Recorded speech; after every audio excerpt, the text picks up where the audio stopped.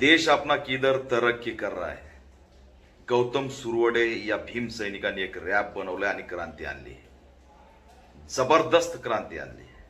Gargi films नावाचं YouTube channel आहे, search करा आणि देश अपना किधर तरक्की कर रहा है हे रॅप ऐका।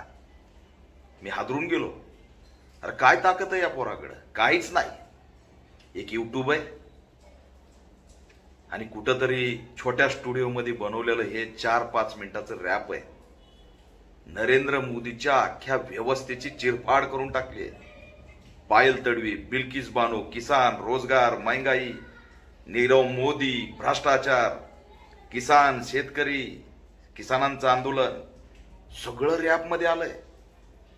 खऱ्या शत्रूची ओळख या महाराष्ट्राला त्याने दाखवून दिली, देशाला दाखवून दिली। हिंदी मधलं रॅप आहे। भले मोठे मोठे वॉर रूम असणारे पक्ष सुद्धा असा दणका देऊ शकत नाहीत, ह्या पट्ट्याने मोठा दणका दिलाय। सगळ्यांना आव्हान करतो, जे जे कार्यकर्ते असतील, पक्षवाले असतील, विरोधक असतील, ज्यांना वाटतं आरएसएस आणि भाजप आमचा शत्रू आहे, त्यांनी हे रॅप बघावं आणि सभांमधून आपल्या असणाऱ्या मेळाव्यातून वाजवावं।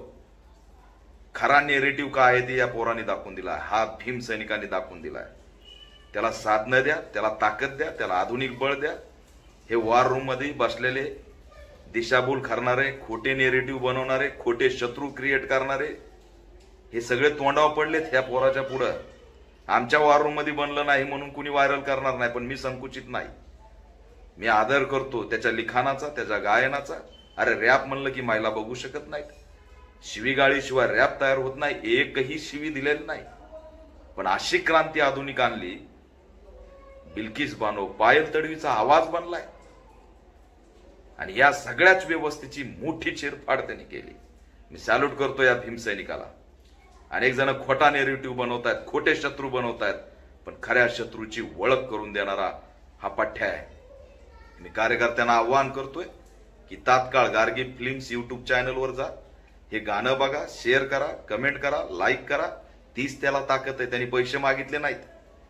आणि हे बघून ज्यांच्याकडे वॉर रूम आहे, ज्यांच्याकडे इलेक्ट्रॉल बॉन्ड मधून पैसा येतोय, देणग्यातून येतोय, स्कॅनर मधून येतोय, त्यांनी या तरुणाला बोलून बसवावं। काही कमीपणा नाही, या कमीपणामध्ये वाटोळं झालं एवढं लक्षात ठेवा।